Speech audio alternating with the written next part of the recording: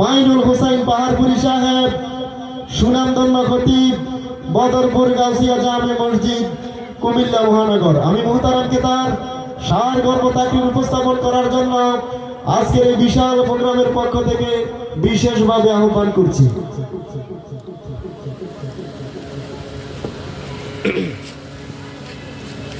আসসালামু আলাইকুম ওয়া রাহমাতুল্লাহি ওয়া বারাকাতুহু।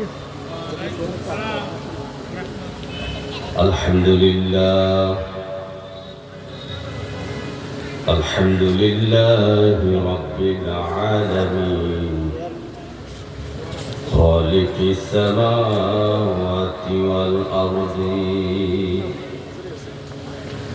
আসসালাতু ওয়াসসালামু আলা মান কানা নাবিয়্যান ওয়া আদামু বাইনাল মা'i ওয়াত-তিন। সাইয়্যিদিনা ওয়া নাবিয়্যিনা ওয়া শাফীনা ওয়া হাবিবিনা ওয়া ওয়াকিলিনা ওয়া কাফিলিনা মুহাম্মাদুর রাসূলুল্লাহ সাল্লাল্লাহু আলাইহি ওয়াসাল্লাম। قال الله تعالى في كلامه المجيد والفرقان الحميد يسألك الناس عن الساعة قل إنما علمها عند الله وما يدرك لعلك الساعة تكون قريبا صدق الله مولانا العظيم وصدق رسوله النبي الكريم الآمين. قال النبي صلى الله عليه وسلم إن بين يدي الساعة شهادة الزور شهادة الزور وكتمان شهادة الحق أو كما عليه الصلاة والسلام. إن الله وملائكته يصلون على النبي يا أيها الذين آمنوا صلوا عليه وسلموا تسليما. صلاة يا رسول الله عليكم سلام يا حبيب الله عليكم صلاة يا رسول الله عليكم سلام يا حبيب আমল নাই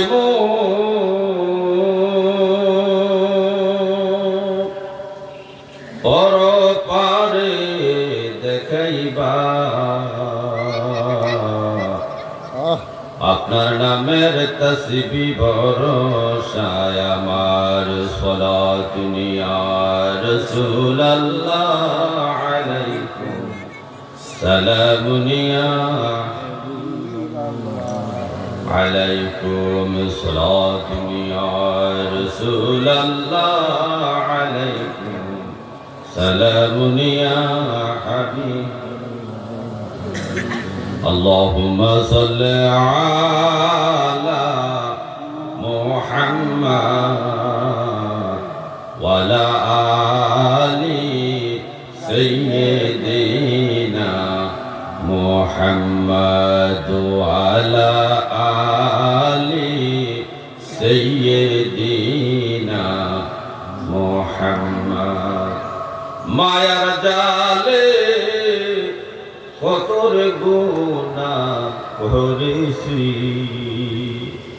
ক্ষমা ভিক্ষা দাও গো দয়াল মাওলাজি আল্লাহুম্মা সাল্লি আলা মুহাম্মাদ ওয়া আলা আলি সাইয়্যিদিনা মুহাম্মাদ ওয়া আলা আলি সাইয়্যিদিনা মুহাম্মাদ আজরাইলা শিয়ার যেদি নিবে প্রাণ সাড়ে তিন হাত কবর হবে বাসস্থান আল্লাহুম্মা সাল্লি আলা মুহাম্মাদ ওয়া আলা আলি সাইয়্যিদিনা মুহাম্মাদ ওয়া আলা আলি সাইয়্যিদিনা লা ইলাহা ইল্লাল্লাহ লা ইলাহা ইল্লাল্লাহ লা ইলাহা ইল্লাল্লাহ লা ইলাহা ইল্লাল্লাহ লা ইলাহা ইল্লাল্লাহ লা ইলাহা ইল্লাল্লাহ লা ইলাহা ইল্লাল্লাহ লা ইলাহা ইল্লাল্লাহ লা ইলাহা ইল্লাল্লাহ লা ইলাহা ইল্লাল্লাহ লা ইলাহা ইল্লাল্লাহ মুহাম্মাদুর রাসূলুল্লাহ সাল্লাল্লাহু আলাইহি ওয়াসাল্লাম আলহামদুলিল্লাহ আজ ঐতিহ্যবাহী যুগপুকুরিয়া মাদ্রাসা মসজিদ প্রাঙ্গণে আয়োজিত বার্ষিক বিশাল ওয়াজ ও দোয়ার মাহফিল। উক্ত মাহফিলে যাদের আগমনে আমাদের এই আয়োজন আমাদের গ্রামবাসী করেছেন, ওনারা হলেন জৈনপুরের পাক দরবার শরীফের আলা হযরত ফিসাব কিবলা এবং ওনার বড় সাহায্যদার আগমন উপলক্ষে আজকের আমাদের এই আয়োজন আল্লাহ তাআলা কবুল করুক, বলেন আমিন। উক্ত মাহফিলের সম্মানিত সভাপতি, সহসভাপতি, প্রধান বক্তা হযরত মাওলানা ডক্টর সাইফুল ইসলাম জিহাদি সাহেব, বিশেষ বক্তা হযরত মাওলানা মাসুম বিল্লাহ ইলিয়াস সাহেব এবং হযরত মাওলানা কারি মোহাম্মদ আলী সাহেব, হযরত মাওলানা সেলিম আহমদ সাহেব, হযরত মাওলানা হাফেজ মোহাম্মদ আবুল হোসেন সাহেব এবং মাগরিবের আগে যিনি আলোচনা করেছেন খুব মধুর কণ্ঠের অধিকারী, হয়তো আমরা ওনাকে যথাযথ সম্মান দিতে পারি না। আল্লাহ তাআলা যেন ওনার সম্মান আরও বৃদ্ধি করবেন, আমিন। আমাদের বন্ধুবর হযরত মাওলানা মাসুম বিল্লাহ সাহেব সহ দিগার ওলামায়ে কেরাম, সম্মানিত সামিঈনে কেরাম, পর্দানিশ মা ও বোনেরা, আমি আবারও আমার অন্তঃস্থল থেকে আপনাদের জন্য দোয়ার উদ্দেশ্যে সালাম দিচ্ছি। আসসালামু আলাইকুম ওয়া রাহমাতুল্লাহি ওয়া বারাকাতুহু। ওয়া আলাইকুম আসসালাম ওয়া রাহমাতুল্লাহি ওয়া বারাকাতুহু। আমরা জানি এই মাহফিল মূলত এলেম অর্জনের জায়গা।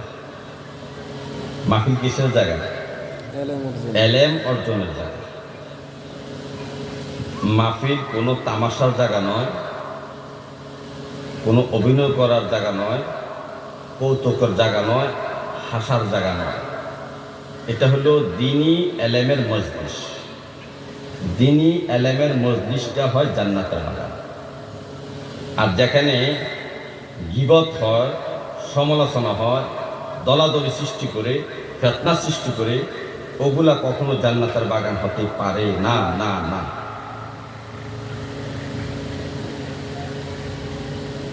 এই জন্য আমরা যারা এই জান্নাতের বাগানে বসছি মনোযোগ সহকারে আমরা দু চারটি কথা শুনবো। আল্লাহ তাআলা যেন আমাদেরকে এই কথাগুলো বুঝের মধ্যে এনে দেয়। ওমা তাওফিকি ইল্লা বিল্লাহ। আমিন। সম্মানিত হাজিরিন, আমি যে আয়াতে কারিমা তিলাওয়াত করেছি, হুজুর পাক সাল্লাল্লাহু আলাইহি সাল্লামকে উনার জামানার লোকেরা বারবার প্রশ্ন করতেন, আপনি যে বলেন পরকাল আছে, আখিরাত আছে, হাসরের মাঠ আছে, তো এগুলো হইব কোন দিন, কিয়ামত হইব কোন দিন, একটু কর না। আমরা তাই যে এগুলা অন্য বছর ধরে বলতে আছেন, মক্কায় বললেন 10 বছর, মদিনায় বললেন প্রায় 11 বছর মতো বললেন। 11 বছর লাস্টে যাইয়া মদিনা শরীফের হিজরতের পরে 11 বছরের পরে যাইয়া মানুষের মনের মধ্যে প্রশ্ন জাগলো এই কথাটা যে কিয়ামত কখন হবে। ঠিক এই কথাটাই আল্লাহ তাআলা কালামে পাকের মধ্যে সূরা আহজাবের মধ্যে এটা উল্লেখ করেছেন যে হাবিব ইয়াসআলুকান নাসু আনিস সাআহ, মানুষ আপনাকে প্রশ্ন করে কিয়ামত কখন হবে।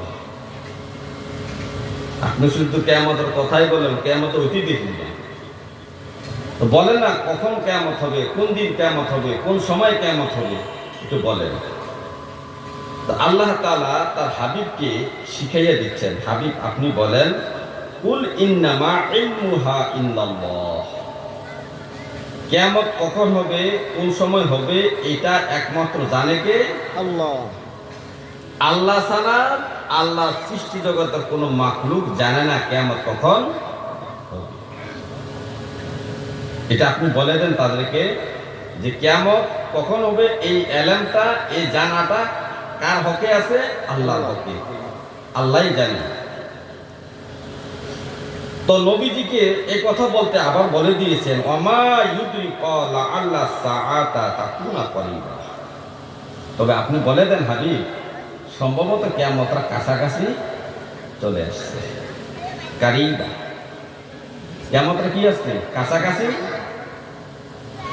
এখন এই আয়াতের মুরাদে যে আল্লাহ রাসূল সাহাবায়ে কেরামকে বলেছেন যে কিয়ামত কখন হবে সেটা তো একমাত্র আল্লাহই জানে, তবে আমি তোমাদেরকে কিছু লক্ষণ বলে দিতে পারি, যদি দেখো যে এই লক্ষণগুলা তোমাদের মধ্যে, তোমাদের সমাজের মধ্যে, তোমাদের জিন্দেগির মধ্যে এই লক্ষণগুলা প্রকাশ পাচ্ছে, তো মনে করবা কিয়ামত অতি নিকটে, কিয়ামত অতি নিকটে। এর মধ্যে কয়েকটা লক্ষণ সাহাবায়ে কেরামের সামনে আল্লাহ রাসূল বর্ণনা করেছেন। আমরা সেই কয়েকটা লক্ষণ শুনব, এর মধ্যে একটু চিন্তা করব এই জিনিসগুলা বর্তমানে আছে কি, এই লক্ষণগুলো বর্তমানে প্রকাশ পাচ্ছে কিনা। যেমন কিয়ামতের একটা লক্ষণ হলো হঠাৎ মৃত্যু। এই হঠাৎ মৃত্যুটাকে আমরা আগে বলতাম ভাগফিল করে মরছে, আর এখনকার বিজ্ঞানের যুগে, আধুনিক যুগে বলে স্ট্রোক করে মারা গেছে। কি করে মারা গেছে? স্ট্রোক করে মারা গেছে। তো হযরত আনাস রাদিয়াল্লাহু তাআলা আনহু বর্ণনা করতেছেন হাদিসটা, যে আনাস বলতেছেন জগতের মানুষ শোনো, আমার নবী বলেছেন ইন্না মিন আমারাতি সাআ, নিশ্চয় কিয়ামতের অন্যতম একটা আলামত হইল আইয়াজহারা মাউতাল ফুজ্জাআ, আইয়াজহারা মাউতুল ফুজ্জাআ, কিয়ামতের অন্যতম একটা লক্ষণ হলো মানুষ হঠাৎ মৃত্যুবরণ করবে, মানুষ হঠাৎ মৃত্যুবরণ করবে। এই হঠাৎ মৃত্যুবরণটা এখন বেড়ে গেছে। আমাদের সমাজের মধ্যে দেখা যায় অনেক মানুষ স্ট্রোক করে, স্ট্রোক করার সাথে সাথে মৃত্যুবরণ করে। প্রেশার ওঠার সাথে সাথে তার রগগুলা, হাড়ের রগগুলা ছিঁড়ে যায়, সাথে সাথে মৃত্যুবরণ করে। হাই প্রেশার এত বাড়ছে, তার মাথার সাথে যে স্নায়ুগুলা সংযোগ আছে, এই সংযোগগুলা হঠাৎ করে ঠাস ঠাস করে ছিঁড়ে যায়, মাথায় রক্ত জমাট হয়ে যায়, যার কারণে লোকটা অতি দ্রুত বেগে মৃত্যুবরণ করে। এই লোকটাকে শোয়ানোর সময় পাওয়া যায় না, তালকিনের সময় পাওয়া যায় না, অথচ নবীজি বলেছেন লাকিরু মাউতা লা ইলাহা ইল্লাল্লাহ। মানুষ যখন মৃত্যুবরণ করার জন্য সাকরাত শুরু হয়ে যাবে, তখন এই মৃত্যুবরণকারী সাকরাত চলাকালী এই লোকটার সামনে তোমরা কালমা শরীফের তালিম করো, লা ইলাহা ইল্লাল্লাহ মুহাম্মাদুর রাসূলুল্লাহ সাল্লাল্লাহু আলাইহি ওয়াসাল্লাম। নবীজি বলেছেন 1400 বছর আগে যে মানুষ মৃত্যুবরণ করার আগে তার কিছু লক্ষণ প্রকাশ পাবে, তার সাকরাত শুরু হবে। এই সাকরাতের সময় একটু লং টাইম হবে, অত 10 মিনিট, 15 মিনিট, আধা ঘন্টা, 1 ঘন্টা এরকম সময় হতে পারে সাকরাতের সময়। মৃত্যুবরণ করার আগে তার এইরকম লক্ষণ একটা প্রকাশ পাবে, দেখলে বোঝা যাবে লোকটা মারা যাবে, আর বাঁচবে না। তখন তোমরা এই লোকটার সামনে কি করো, লাকিরু মাউতা লা ইলাহা ইল্লাল্লাহ। এই পরপারের যাত্রী মৃত্যুবরণকারী ব্যক্তিদের সামনে তোমরা লা ইলাহা ইল্লাল্লাহ জিকিরটা করো।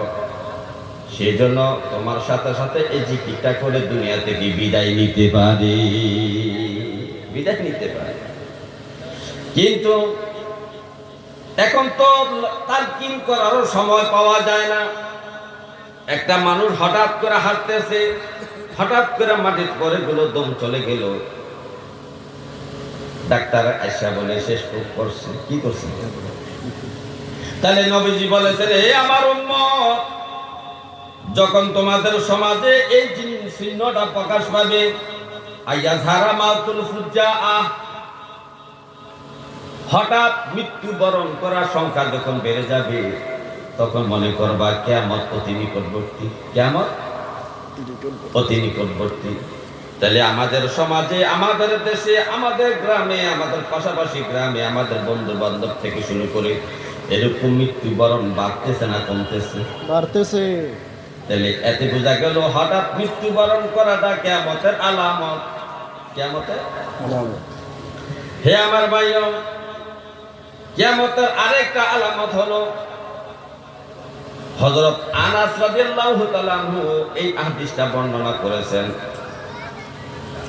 হযরত আনাস বলতেছেন, লা তাকুমু সাআতা হাত্তা ইয়ারফাউল ইলমা ইয়াযহারাল জাহলু। হযরত আনাস বলেন, হে জগতের মানুষ শোনো, কিয়ামত ততক্ষণ পর্যন্ত কায়েম হবে না, ততক্ষণ পর্যন্ত কিয়ামত হবে না, হাত্তা যতক্ষণ পর্যন্ত না ইয়ারফাউল ইলমা ইয়াযহারুল জাহলু, দ্বীনি ইলম উঠে যাবে, মূর্খতা প্রকাশ পাবে। দ্বীনি ইলম উঠে যাবে, মূর্খতা প্রকাশ পাবে। মূর্খতা প্রকাশ মানে আমি জানি না, আমি পারি না, এটা আমি জানি না, এটা আমি পড়তে পারি না। দ্বীনি ইলম হলো কোন জিনিসটা? দ্বীনি ইলম হলো ঈমান, নামাজ, রোজা, হজ, যাকাত, ইসলামের 5টা স্তম্ভ। ঈমান, নামাজ, রোজা, হজ, যাকাত, এই 5টা স্তম্ভের সম্পর্কে ইলম অর্জন করা প্রত্যেকটা মুসলমানের উপর ফরজ। প্রত্যেকটা মুসলমানের উপর ফরজ, এতটুকু ইলম অর্জন করা ফরজ। এরপর আর মুসলমানের উপর ফরজ ইলম থাকে না, বিশেষ বিশেষ কোনো ব্যক্তির উপর বাকি ফরজটা থাকে। হে আমার ভাইও, আজকের বর্তমান সমাজের মানুষের মধ্যে দেখা যায় ইসলামের পঞ্চবেনা সম্পর্কে জ্ঞান নেই, দ্বীনি ইলমটা নেই। যেমন নামাজ সম্পর্কে যদি আসেন, আজকে নামাজের পড়ার নমুনা দেখলে মনে হয় এটা কি নামাজ পড়তেছে না অভিনয় করতেছে? আমরা আজকে দেখে দেখে নামাজ পড়া শিখছি, অথচ নামাজ দেখে দেখে শিখার বিষয় নয়। নামাজটা একজন আলেমের কাছে শিখতে হবে। কারণ 2 রাকাত নামাজ, এই 2 রাকাত নামাজের মধ্যে 13টা ফরজের আমল হয়, 14টা ওয়াজিবের আমল হয়, অনেকগুলা সুন্নতের আমল হয়। 2 রাকাত নামাজের মধ্যে 13টা ফরজের আমল হয়। এখন আপনি যদি নামাজের মধ্যে কোন কাজটা ফরজ এই কথা যদি আপনি না জানেন, নামাজটা আপনি কিভাবে পড়বেন? কারণ নামাজের মধ্যে যদি একটা ফরজ ছুটে যায়, নামাজটা আবার দৌড়াইয়া করতে হবে নামাজ। কিন্তু 14টা ওয়াজিবের মধ্যে একটা ওয়াজিব যদি ছুটে যায়, সাহু সাজদা দিয়া নামাজটাকে আবার শুদ্ধ করা যাবে। কিন্তু ফরজ ছুটে গেলে নামাজ সাহু সাজদা দিয়া শুদ্ধ করার বিষয় নাই, আবার দৌড়াইয়া নামাজটা পড়তে হবে। এখনকার মুসল্লিরা, এই মুসলমান জানে না নামাজের মধ্যে কয়টা ফরজ, কোন কোন কাজটা ফরজ, কোন কোন অবস্থাটার নাম ওয়াজিব, কোন কোন কাজটা ওয়াজিব। আমরা মুসল্লি হইয়া জানি না, ঠিক কিনা বলেন? জানি। এই না জানার কারণে আজকে আমাদের নামাজটা সই শুদ্ধ হচ্ছে না। নামাজ কিন্তু সই শুদ্ধ হচ্ছে না। হে আমার ভাইও, এই 2 রাকাত নামাজ পড়তে গেলে আপনার সূরা ফাতিহা পড়তে হবে, আলহামদু সূরা পড়তে হবে। এই আলহামদু সূরা পড়া ওয়াজিব। আলহামদু সূরার পরে আরেকটা সূরা পড়া বা কোরআনের যে কোনো আয়াত পড়া ওয়াজিব। এখন আপনি আলহামদু সূরা আগে না পড়িয়া আরেকটা সূরা পড়ে ফেললেন, এরপরে আলহামদু সূরা পড়লেন, নামাজ হইল? নামাজ ওয়াজিব তার হয়ে গেছে, সাহু সাজদা দিতে হবে। নামাজ শুদ্ধ করতে হলে কি করতে হবে? সাহু সাজদা দিতে হবে। তাহলে আপনি যে যদি না জানেন যে আলহামদু সূরা পড়া প্রথম কি, এরপরে সূরা পড়া কি, এটা যদি আপনি না জানেন তাহলে তো উল্টা পাল্টা করে ফেলবেন। আলহামদু সূরা না পড়ে সূরা নাস পড়া শুরু করবেন। তারপরে নামাজের মধ্যে রুকুর মধ্যে দেরি করা ওয়াজিব। আর আমাদের রুকুর যে নমুনা, রুকু করতে দেরি, মাথা উঠাইতে দেরি করে না, সোজা হয়েও দাঁড়ায় না, সাথে সাথে সাজদা চলে যায়। অথচ রুকুর মধ্যে দেরি করা ওয়াজিব, রুকু থেকে দাঁড়াইয়া দেরি করা ওয়াজিব। সামি আল্লাহু লিমান হামিদা, এই কথাটা বলিয়া দাঁড়াইয়া দেরি করা দোয়া ওয়াজিব। এখানে দোয়া আছে, হামদান কাসীরান তাইয়িবান মুবারাকান ফীহি। এই দোয়াটা আপনি পড়তে পারেন। এই দোয়াটা পড়তে পড়তে যতটুকু সময় লাগে ততটুকু পর্যন্ত দাঁড়াইয়া থাকা প্রত্যেকটা মুসল্লির জন্য ওয়াজিব। তা আমি তো জানি না, এটাকে আমরা জানি না। আবার আপনি সাজদায় গেলেন, সাজদার মধ্যে একটু দেরি করা ওয়াজিব। নিম্নে 3 তাসবিহ পরিমাণ আপনাকে অপেক্ষা করতে হবে। সুবহানা রাব্বিয়াল আলা, এটা 3 তাসবিহ পরিমাণ আপনি লিড করতে হবে এবং পড়তে হবে। এখন আপনি সাজদায় গেলেন আর মাথা উঠাইলেন, আবার গেলেন আবার উঠাইলেন, ওয়াজিব তরফ হইল। এই ওয়াজিব তরফ হওয়ার কারণে আপনার নামাজটা শুদ্ধ হইল না। সাজদা দিয়ে নামাজটা শুদ্ধ করতে হবে। এরপর আবার 2 সাজদার মাঝেও একটা দোয়া আছে।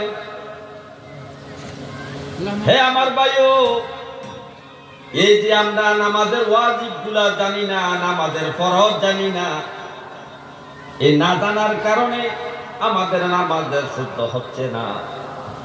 আত্তাহিয়াতু পড়া নামাজের মধ্যে ওয়াজিব।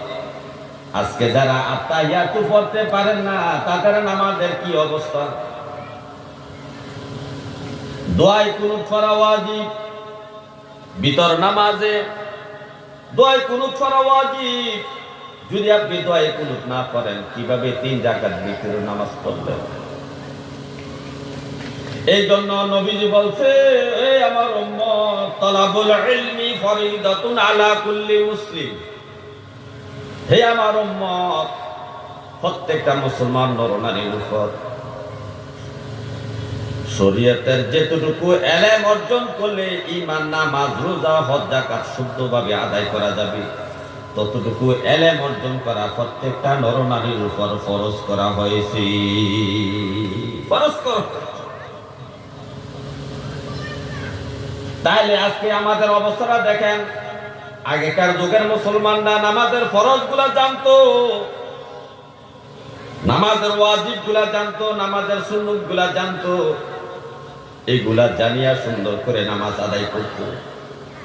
আজকে আমাদের মুসলিমদের মধ্যে শতকরা 95% মুসলমান নামাজের মধ্যে কয়টা ফরজ, কয়টা ওয়াজিব, কয়টা সুন্নত আছে কিছুই নামাজ দেখে দেখে পড়া শিখছে, নামাজ দেখে দেখে পড়া শিখছে। তাহলে দিনই আলেম উঠে গেছে কিনা বলেন? এটাও তো দিনই আলেম, এইটাই দিনই আলেম। হে আমার ভাই, নবীজি বলছেন,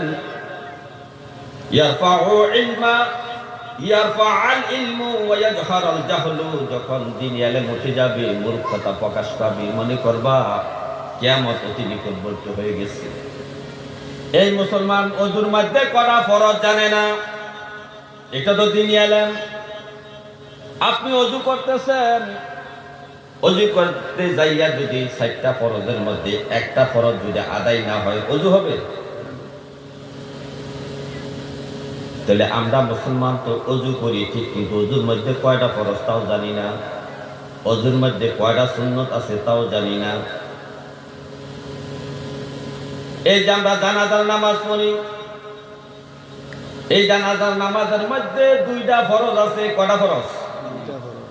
দেখে আগে জানতেন? এটা জানতেন আপনারা? কারা কারা জানতেন? হাত তুলে দেখেন তো, জানাজার 2টা ফরজ আমরা জানতাম আগে। তাহলে একজন মানুষের হাত তোলা সম্ভব হলো না, অথচ জানাজার নামাজ মাসে 2-1টা আমরা পড়ি।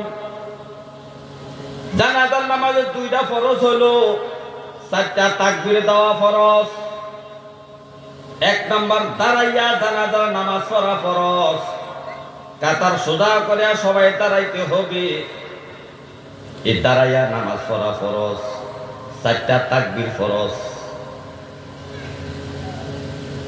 হে আমার ভাই, ও আজকে জানাজার নামাজের 2টা ফরজ তাও আমরা জানি না। তায়াম্মুমের 3 ফরজ সম্পর্কে আমাদের জ্ঞান নাই।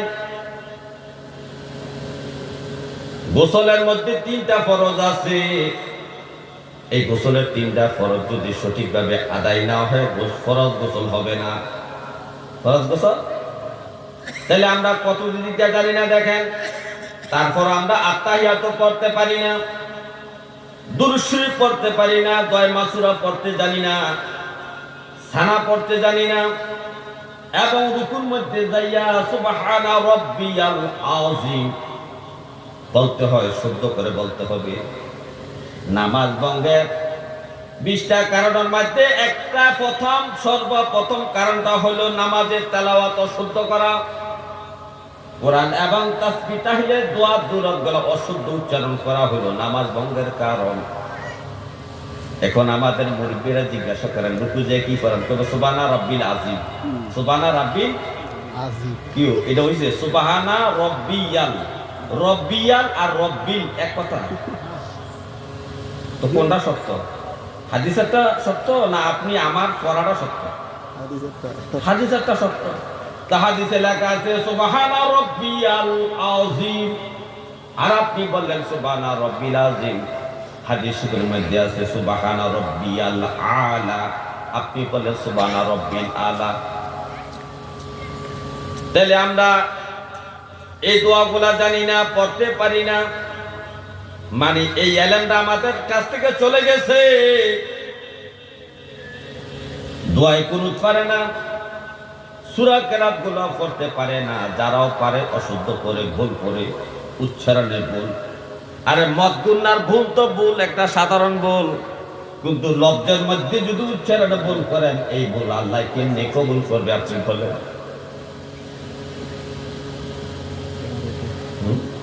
ওই যে আমরা সূরা পড়ি আলাম তারা কাইফা হালা রাব্বুকা, এটা বুঝে আলাম তারা কাইফা হালা।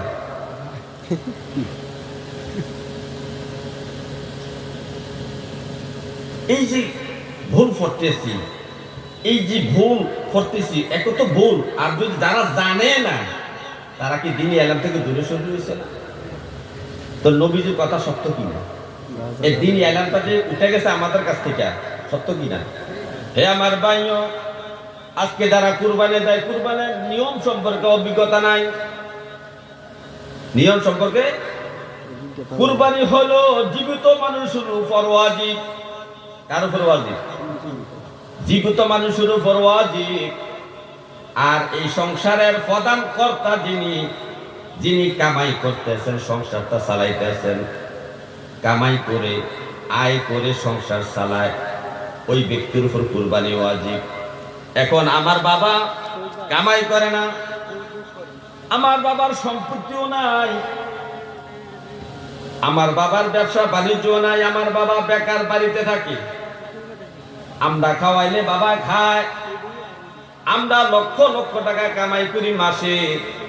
এখন কুরবানি ওয়াজিব হইল সন্তানের উপর, বাবার উপর কুরবানি ওয়াজিব নয়। কিন্তু আমরা বল করি ভাইও, এদিন এলেম না থাকার কারণে ভুলটা করি, সন্তানের নাম পক্ষ থেকে কুরবানি না দিয়া ওয়াজিব আমল না কইরা বাবার পক্ষ থেকে কুরবানি দেওয়া হয়। আমি বললাম কেন আপনার বাবার পক্ষ থেকে কুরবানি দিবেন? তো আমার বাবার জীবিত আছে এই জন্য। আমি বললাম আপনার বাবার উপর কুরবানি ওয়াজিব হয় নাই, ওয়াজিব হয়েছে আপনার উপর, আপনি লক্ষ লক্ষ টাকা কামাই করেন। ওয়াজিবের কুরবানির ওয়াজিব হওয়ার যে শর্ত আছে, এই শর্ত আপনার মধ্যে পাওয়া যায়, আপনার বাবার মধ্যে এই শর্ত পাওয়া যায় না। হে আমার ভাইও, রোজার মাইতো আমাদের জানা নাই। রোজা রাখছে একটা মানুষ, হঠাৎ করে ভুল ক্রমে এক গ্লাস পানি টান দিয়া খাইয়া ফেলাইছে। এক গ্লাস পানি, সে মনে মনে ফতুয়া দিতেছে রোজাটা ভেঙে গেছে। রোজা কি? এটা ফরজ রোজা রে বাবা, ফরজ রোজা। রমজান মাসের একটা রোজার ওজন কতটুকু শুনেন? আপনি যদি 11 মাস 29 দিন পর্যন্ত যদি নফল রোজা রাখেন, অথবা আরো কম রাখতেন, কারণ 12 মাস রোজা রাখা জানা কিছু নিষিদ্ধ দিন আছে না, নিষিদ্ধ দিন আছে। এই নিষিদ্ধ দিন ছাড়া যদি আপনি বাকি দিনগুলোর মধ্যে রোজা রাখেন, নফল রোজা, ওই যে সবাই বরাত রোজা রাখেন, আপনারা বিভিন্ন উপলক্ষে যে রোজা রাখেন, সোমবারে শুক্রবারে যে রোজা রাখেন, বৃহস্পতিবারে যে রোজা রাখেন, এই রোজাগুলা এক পাল্লায় তোলেন, আর রমজান মাসের একটা ফরজ রোজা এক পাল্লায় তোলেন। আপনার এই 12 মাসের নফল রোজা রমজান মাসের একটা রোজার কাছেও আসবে না। রমজানের রোজার দাম কত দেখছেন? আপনি রমজান মাসে আপনি ভুল কমে পানি খাইয়ে ফেলাইছেন, অথচ রোজা আপনার উপর ফরজ। আপনি একটু পানি খাওয়ার কারণে মনে করছেন রোজা বাইরে গেছে, আপনি বাড়িতে যা ডাড়ে ভাত খাইতেছেন, এদিকে হইল? আপনি হয়তো জানেন না, ভুল করেছেন। যখন আপনি খেয়াল আসছে যে আমি রোজা রয়েছি, সাথে সাথে পানি খানা বন্ধ করে দিবেন। বন্ধ করে দিয়ে ইফতারি পর্যন্ত আপনি উপবাস থাকবেন, পুরাটাই রোজা আপনার আল্লাহ কবুল করে নিবে। এটা আপনি জানেন না মাসলা, যার কারণে আপনি একটু পানি খাইছেন আর দিনের বেলা রোজা ভাঙ্গা 3 বেলা খানা শুরু করছেন। তো রোজার সম্পর্কে আমাদের মাসলা জানা নাই। আবার সেহরির সময় যদি সেহরি না খাইতে পারে, অনেকে মনে করে রোজা হবে না। না না না, এই দিনই আলেম আমাদের মধ্য থেকে উঠে গেছে, এটা তো মুসলমানের জানার দরকার ছিল। সেহরি খাওয়া হলো সুন্নত, সেহরি যদি কেউ না খায় রোজা হয়ে যাবে। সেহরির জন্য রোজা আটকায় থাকে না, ইফতারের জন্য রোজা আটকায় থাকে না। রোজা হলো ফরজ, ইফতারি হলো সুন্নত, সেহরি হলো সুন্নত। সুন্নতের জন্য ফরজ আমল আটকায় থাকে না, এটা আমাদের মুসলমানদের জানা দরকার ছিল। এই জন্য অনেক আমার মা বোনেরা, অনেক বাবারা রমজান মাসে সেহরি না খাইতে পারলে সকালবেলা বলে সেহরি খাইতে পারি নাই তো রোজা হয় নাই, সুতরাং সকালবেলায় নাস্তা শুরু করছে। এটা হচ্ছে ওই দিন এলেম না থাকার কারণে। তখন তারা তাহলে নবীজি বলছেন এই যে তারাবির জন্য রোজা আটকায় থাকে না, তারাবি হলো সুন্নাত। তারাবি কি? না তারাবি না পড়লে কি রোজা আটকায় থাকবো? আপনি তারাবি পড়েন নাই, আপনি বড় সওয়াবের থেকে আপনি বঞ্চিত হইলেন, নবীর সুন্নতের আমল থেকে আপনি বঞ্চিত হলেন। আরে নবীর সাফায়াত পাইতে হইলে, হাসরের মাঠে নবীর সুপারিশ পাইতে হইলে নবীর সুন্নতের আমল বেশি বেশি করতে হবে। নবীর সুন্নতের আমল আপনি ছেড়ে দিলে নবীর সাফায়াত থেকে আপনার বঞ্চিত হওয়ার সংখ্যা আছে। এই জন্য সুন্নতের জন্য তো ফরজ ছাড়তে পারেন না আপনি। এই যে আমাদের দিনে এলেম নাই, না থাকার কারণে আমাদের কি অবস্থা এখন সমাজের মধ্যে দেখেন। আকিকা দেওয়ার বিষয় বলে হুজুর অমুকে কইছে আকিকার গোশত খাওয়া যাবে না, মা বাবা খাইতে পারবে না। আমি বললাম কে বলছে? অমুক বাড়ির অমুক মহিলাই বলছে, অমুক বাড়ির অমুক বেটাই বলছে। আমি বললাম কোন আলেম আপনাকে বলছে কিনা বাবা যে আকিকার গোশত মা বাবা খাইতে পারবে না, যার পক্ষ থেকে আকিকা দেওয়া হয় সে খাইতে পারবে না, এমন কথা কোন আলেমে বলছে কিনা কোন? তাহলে আপনি কেন তার কথা বিশ্বাস করলেন? অথচ সাধারণ একটা আকিকার মাসলা মুসলমান সমাজে জানা নাই, মুসলমান সমাজে জানা নাই। হে আমার ভাইও, নবীজি এই কথাটাই বলেছেন হাত্তা ইয়ারফাউল ইলমা ইয়াজহারাল জাহলু। ও আমার উম্মত, যখন দেখবা নামাজ, রোজা, হজ, যাকাত, বর্তা পশিদা, হালাল হারাম, সাধারণ সাধারণ ইবাদত যে আমার বান্দারা করে, এই সাধারণ ইবাদতের বিষয়ে যাদের জ্ঞান নাই, এই জ্ঞানটা না থাকাটাই মানে দিন এলেমটা উঠে গেছে আর মূর্খতা প্রকাশ পাইছে। যার কারণে যার যার ইচ্ছা মতো সাজদা করতেছে, যার মনে যেভাবে রুকু করতেছে, যার মনে যেভাবে দাঁড়াইতেছে, যার মনে যেভাবে সে ইবাদত করতেছে। অথচ এই সমস্ত ইবাদত আমার নবীর মতো হয় না। নবীর মতো ইবাদত না হলে আপনার ইবাদত কবুল হবে না। নবী হইল আমাদের মডেল, উসওয়াতুল হাসানা। নবী আমাদের স্যাম্পল। আপনি যখন দর্জির দোকানে একটা পাঞ্জাবি বানার জন্য দিলেন আপনার ছেলের জন্য, একটা পাঞ্জাবি নিয়ে বলছেন টেইলার সাহেব এই যে এটার পকেট এদিকে আছে, এই পকেটটার মধ্যে একটা ডিজাইন দিবেন, হাতের মধ্যে একটা ডিজাইন দিবেন, কলারের মধ্যে একটা ডিজাইন দিবেন। দেখছি নি পাঞ্জাবিটা? টেইলার সাহেব তো দেখছি। তো টেইলার সাহেবের সঙ্গে তো ছবিও তুলে রাখছে, আবার মাপটাও লিখা রাখছে। এর এক সপ্তাহ পরে আপনি গেছেন টেইলারের দোকানে পাঞ্জাবি আনার জন্য, যাইয়া দেখেন পকেট দিছে বামি দিয়া, মানে ডাইনি দিয়া, দেওয়ার কথা বামি দিয়া দিছে, কোন দিক দিয়া? ডাইনি দিয়া। যে নকশার কথা কইছেন নকশার কিচ্ছু না, সাধারণ একটা পকেট লাগাইছে। হাতের মধ্যে কইছেন মাপ কবজি পর্যন্ত, এবার হাতের মাপ এনে দিছে আঙ্গুলের মাথা পর্যন্ত। আপনার যে ডিজাইনটা দেখাইছিলেন এই ডিজাইন মতো পাঞ্জাবি হয়েছে, এটা আপনি আনবেন নি না টেইলার দোকানে ফালাই দিয়ে দেবেন? না টেইলারের দোকানে ফালাইলে তো কইবে যে ঠিক করো, হ্যাঁ তো খুললে হইলে অত ঠিক করতে পারবে। কিন্তু আপনার নামাজটা যদি নবীর নামাজের মতো না হয়, আপনার কি তখন কইবে ঠিক কি রাইও? হাসর মাঠে এই কথা বলবে? সুযোগ নেই। হে আমার ভাইও, গভীর ভাবে মনোযোগ। হাসর মাঠে নবীজি বলেছেন, হাসর মাঠে কিছু কিছু নামাজির নামাজকে, কিছু কিছু নামাজকে পুতলা বানাইয়া তার মুখের মধ্যে ইটা মারবে, মুখের মধ্যে ইটা মারবে। ফেরেশতারা বলবে রে আল্লাহর নাফরমান বান্দা, 30-40 বছর নামাজ পড়লি, আমার নবীর মতো একটা নামাজও হইল না। নে তোর নামাজ শিখা, তোর নামাজ তুই লইয়া যা। এখন আপনি ওই সময় আপনার মুখে ইটা মারলে নামাজ তো আর শুদ্ধ করতে পারবেন না।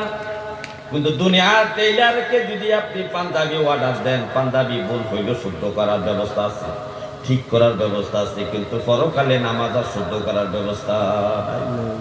এই জন্য বলছে হে আমার বান্দারা, আমার নবীর অনুসরণ করো, নবীর অনুকরণ করো। নবী কিভাবে সাজদা দিয়েছে, নবী কিভাবে রুকু করেছে, নবী কিভাবে আত্তাহিয়াতু পড়েছে, নবী কিভাবে দুরূদ শরীফ পড়েছে, নবী কিভাবে দোয়া মাসুরা পড়েছে, নবী কিভাবে সালাম ফিরাইছে, নবী কিভাবে দোয়া কুনুত পড়েছে, নবী কিভাবে ভিতর নামাজ পড়েছে, নবী কিভাবে ফরজ নামাজ পড়েছে, সুন্নত নামাজ কিভাবে পড়েছে, সফর অবস্থায় কসর নামাজ কিভাবে পড়েছে, সব কিছু আমার নবীর থেকে শিখে নাও। আর নবী সব কিছু বর্ণনা তার সাহাবীদের কাছে দিয়েছেন, আর সাহাবীরা এই কথাগুলো বর্ণনা করেছেন। আর উলামায়ে কেরাম হক্কানি রব্বানি আলেম উলামারা সাহাবীদের কাছ থেকে এই হাদিসগুলো নকল করে করে লিখে লিখে তাদের হাদিসের মধ্যে লিখে দিয়েছে। আর এগুলা আমাদের এই সমাজের মধ্যে, আমাদের দেশের মধ্যে বিভিন্ন আলেম ওলামা বক্তাগণ এই হাদিসের বর্ণনা করতেছেন নবীজি নামাজ কেমনে পড়েছেন, অথচ আজ অবধি পর্যন্ত আমরা মুসলমান নবীর নামাজের মতো নামাজ শিখতে পারলাম না। সালাতুন ইয়া রাসূলুল্লাহ আলাইকুম সালামুন ইয়া হাবিবাল্লাহ আলাইকুম সালাতুন ইয়া রাসূলুল্লাহ আলাইকুম সালামুন ইয়া হাবিবাল্লাহ আলাইকুম।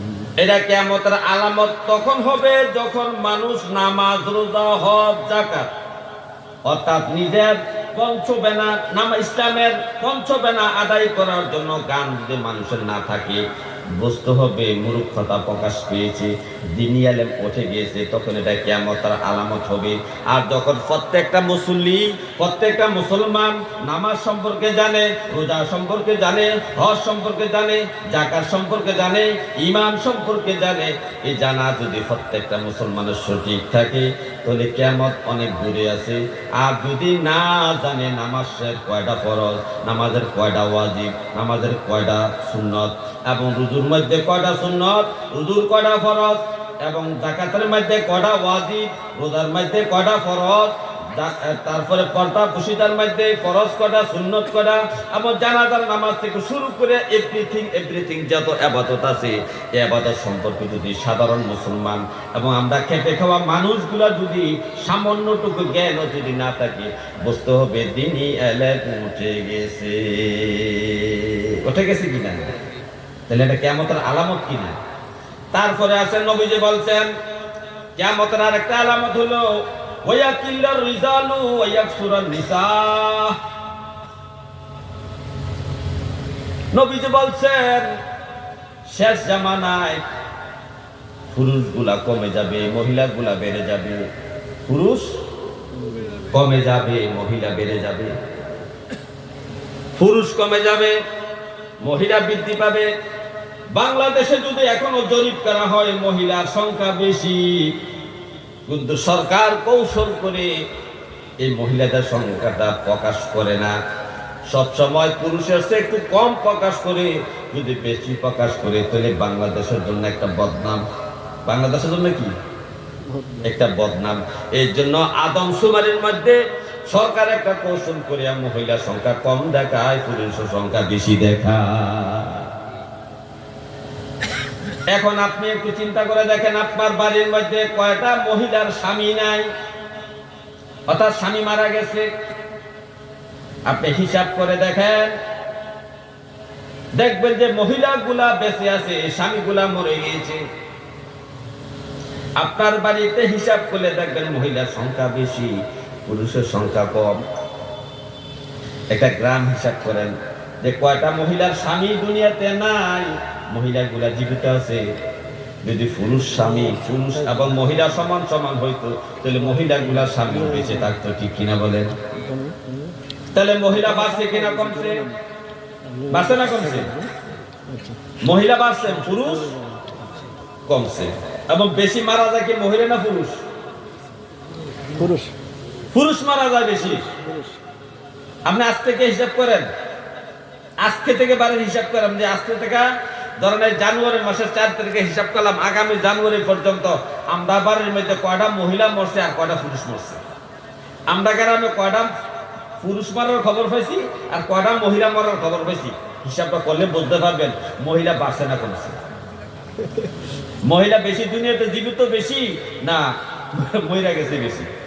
তাহলে নবীর কথা সত্য কি না? ঠিক। যদি এটা হইয়া থাকে তাহলে কিয়ামত অতি নিকটবর্তী। কিয়ামত কি? অতি নিকটবর্তী। হে আমার ভাইও, কিয়ামতের আরেকটা আলামত হলো নবীজি বলছে ইন্না বাইনা ইয়াদা ইসাআতা শাহাদাতা যুরি ওয়া কিতমানা শাহাদাতিল হাক্কি। নবীজি বলছেন ততক্ষণ পর্যন্ত কিয়ামত কায়েম হবে না যতক্ষণ পর্যন্ত সত্য সাক্ষীকে লুকাইয়া মিথ্যা সাক্ষীকে প্রকাশ করা হবে। আহ, একটা মামলার জন্য, মেলার জন্য, দরবারের জন্য সত্য সাক্ষীকে হাজির করা হয় না, সত্য সাক্ষীকে হাজির করা হয় না। যে দৃশ্যটা দেখছে তাকে আসতে দেওয়া হয় না, হুমকি দেওয়া হয় যদি যাইয়া সাক্ষী দেওয়া আমার বিরুদ্ধে তাহলে মাইরালাম। জি, যার কারণে সে জিতার জন্য একদম না দেখা মানুষকে সাক্ষী বানাইছে। সে মিথ্যা কথা বলতেছে, আমি দূর থেকে দেখছি, তাকে তে মারছে, তাকে তে এই করছে, ওই করছে, এই সমস্ত মিথ্যা কথা। জমির দলিলের মধ্যে, জমির মামলার মধ্যে দেখা যায় কত মিথ্যা সাক্ষী হাজির করা যায়। টাকা দিয়ে 500 টাকা দিলে কয় যাই একটা সাক্ষী দিও, 500 টাকা দেন, গাড়ি ভাড়া দাম, খাওয়া আমো এবং 500 টাকা। আসলে কি সাক্ষীটা সত্য? হ্যাঁ, অরিজিনাল যেতে সাক্ষী দেওয়ার উপযুক্ত তাকে নেওয়া হয়েছে আদালতে, দরবারের মধ্যে তারা সাক্ষী হাজির করা হয়েছে। সঠিক ঘটনা যে দেখছে, আবার সঠিক ঘটনা যে দেখছে হ্যাঁ তো ডরও আইয়ে না, কারণ ডর এই কারণে আইয়ে না যদি হাতে আবার উল্লে আমার মারে। জি, ঠিক নেই, ঠিক নেই। তো নবীজি বলছেন হে আমার উম্মত, যখন দেখবা মিথ্যা সাক্ষী বেশি হবে, সত্য সাক্ষীকে লুকাইয়া রাখা হবে,